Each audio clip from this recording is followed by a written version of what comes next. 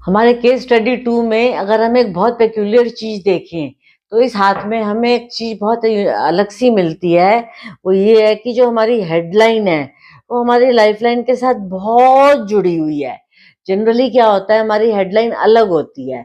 ये हेडलाइन जितनी अलग होकर ऊपर जुपिटर की तरफ चली जाती है, उतना ही आप इंडिपेंडेंट होते हैं और अपने एम्बिशन पर फोकस्ड होते हैं। लेकिन आपकी हेडलाइन जितनी यहाँ से थोड़ी-सी जॉइंट होगी, तो आप अपनी फैमिली के अकॉर्डिंग चलेंगे, और उससे थोड़ी-सी और ज़्यादा हो जाएगी तो आप थोड़ा और ज़्यादा हो जाएगी। इस केस में ये हेडलाइन बहुत लंबे समय तक जॉइंट है, तो आप बिल्कुल ही अपनी फैमिली पे डिपेंड है।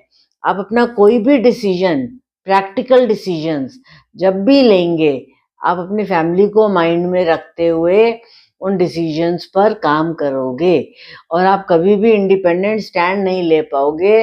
आप हमेशा यही सोचोगे कि मैं अपने फैमिली के हिसाब से चलूँ, कोई हर्ट ना हो, किसी को परेशानी नहीं हो, और आप उसी के अकॉर्डिंग अपने सारे काम करेंगे। तो जब आपकी ये बहुत जॉइंट हो जाती है, तो कई बार तो फैमिली मेंबर्स भी इरिटेट हो जाते हैं कि आप बार-बार एक ही सवाल क्यों पूछ रहे हैं? लेकिन ऐसा नहीं होता, क्योंकि ये जॉइंट है और आपको हैबिट है, ये आपको हैबिचुअल बना देता है कि आपको हर काम अपनी फैमिली के अकॉर्डिंग पूछ के करना है।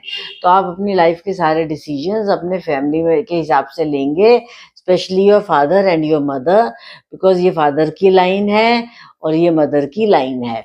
तो उन पर आप बहुत डिपेंड होते हैं, और इस एज के बाद आप इंडिपेंडेंट हो जाते हैं, जब आप अपने डिसीजंस खुद लेने लग जाते हैं। अगर ये स्ट्रेट चली जाती हैं, तो ये आपको प्रैक्टिकल बना देती है, ये नीचे चली जाती है तो ये आपको इमोशनल बना देती है। इस केस में ये पर्सन प्रैक्टिकल है, और जब डिसीजंस लेते हैं तो इनकी एबिलिटी प्रैक्टिकल होती है।